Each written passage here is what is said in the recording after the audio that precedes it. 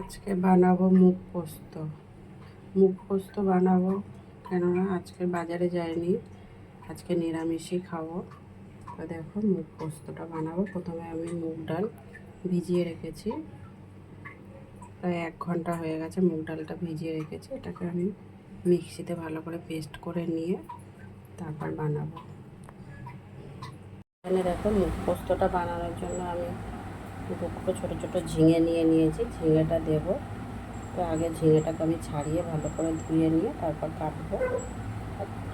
আমরা সব সময় ঝিঙে কিন্তু পুরো ভালো করে পরিষ্কার করে ছালটা ছাড়াই না, হালকা ছাল থাকে সেভাবেই ছাড়াই। তো দেখো ছাড়িয়ে নেব। দেখো বন্ধুরা, মুগ পোস্তটা রান্না করার জন্য আমি দুটো ছোট সাইজের ঝিঙে এরকম করে কেটে নিয়েছি। আর দেখো আমি ছালটা কিন্তু পুরো ছাড়াইনি, এইভাবে কেটে নিয়েছি। আমি দুটো কাঁচা লঙ্কা নিয়েছি গোটা, আর আমি এখানে একটা ছোট সাইজের টমেটোও কেটে নিয়েছি। মুগ পোস্তটা রান্না করতে খুবই সহজ, খুবই তাড়াতাড়ি রান্না হয়ে যায়। আর একটা খুব সুন্দর একটা মুখরোচক খাবার মুগ পোস্ত। এটা তোমরা বাড়িতে বানিয়ে খেতে পারো। আর যারা যারা আমার ভিডিওটা দেখছো তারা প্লিজ লাইক কমেন্ট শেয়ার করে দিও।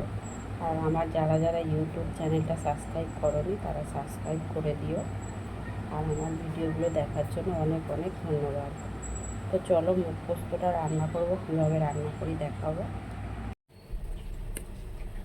মুগ পেস্টটা করবো আমি, মুগ ডালটা কিছুই দিয়ে করবো না, এমনি করবো, আর জলও দেবো না বেশি। দেখো মুগ ডালটা আমার পেস্ট করা হয়ে গিয়েছে, পেস্ট করে নিয়েছি। এবার এতে আমি একটু পরিমাণ মতন লবণ দেব, একটু হলুদের গুঁড়ো দেব, লঙ্কার গুঁড়ো দেব,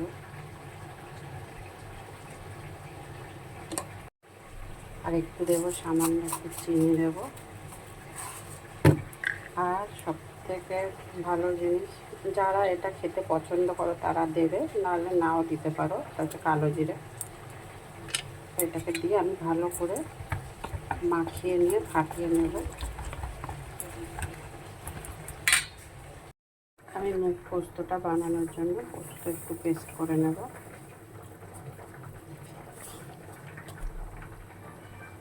রান্না করার জন্য কড়াই তেল নিয়েছি, কড়াই তেল গরমও হয়ে গিয়েছে। এবারে আমি এখানে ছোট ছোট করে বড়া করে নেব।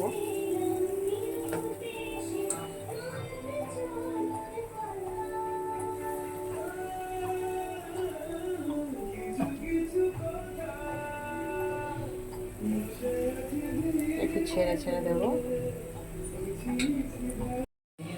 দেখো এক পাট হচ্ছে ভাজা হয়ে গিয়েছে, লাল লাল করে ভেজে নিয়েছি। এভাবে সব ভেজে নিতে হবে।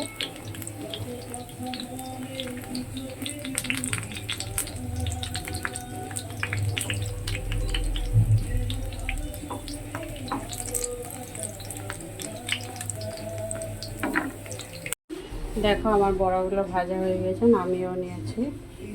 বড়াগুলো সব ভাজা হয়ে গেছে।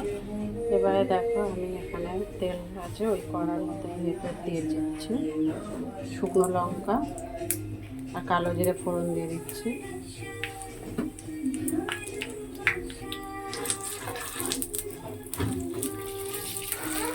এবার আমি ঝিঙে, কাঁচা লঙ্কা, টমেটো যেটা কেটে রেখেছিলাম ওগুলো দিয়ে দিলাম।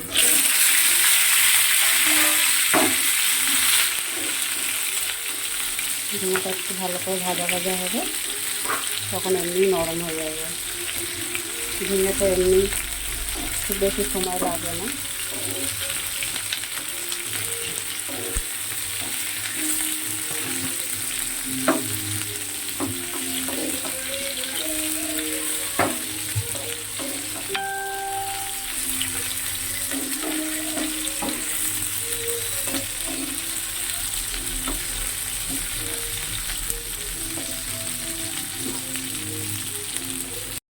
দেখো ঝিঙেটা ভাজা ভাজা হয়ে গিয়েছে।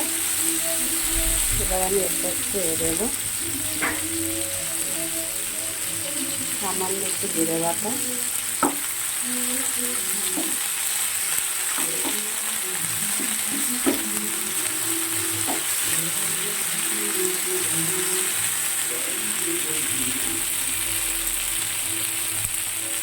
নুন দিয়ে দিচ্ছি একটু স্বাদ মতন।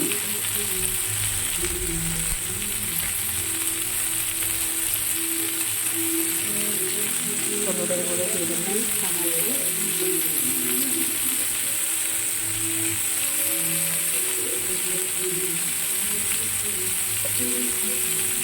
লঙ্কার গুঁড়ো সামান্য একটু দিলাম।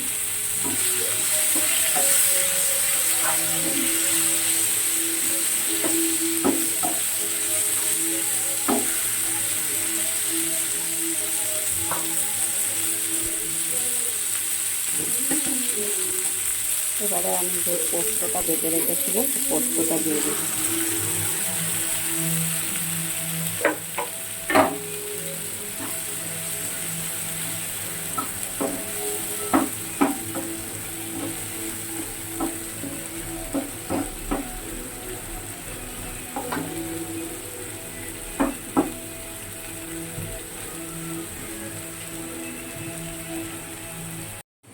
দেখো পোস্তটাও প্রায় ভাজা ভাজা হয়ে গেছে,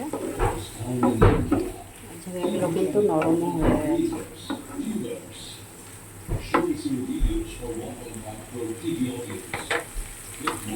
এবার আমি মিক্সির বাটিটা ধুয়ে জলটা দিয়ে দিচ্ছি।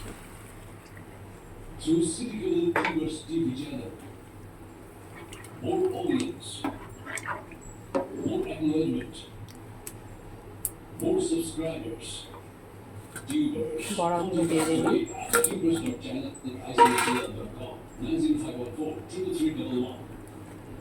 বড়াগুলো কিন্তু ঝোলে দিয়েছি, আরও ফুলে যাবে, বড় বড়ও হয়ে যাবে।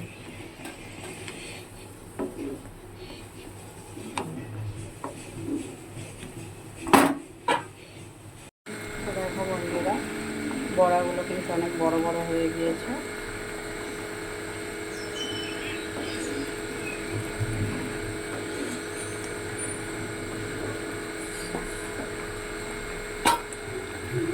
এবার আমি এতে সামান্য একটু চিনি দেবো। পোস্ত কিন্তু সবসময় একটু ঝাল মিষ্টির পরিমাণটা একটু বেশি থাকলে কিন্তু খেতে টেস্ট লাগে। আমি একটু মিষ্টি দিয়ে দিয়েছি।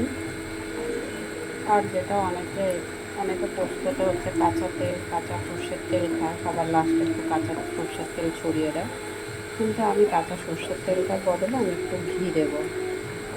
আমরা কাঁচা সর্ষের তেলের গন্ধটাকে নিতে পারি না, তাই আমি একটু ঘি দিয়ে দেবো।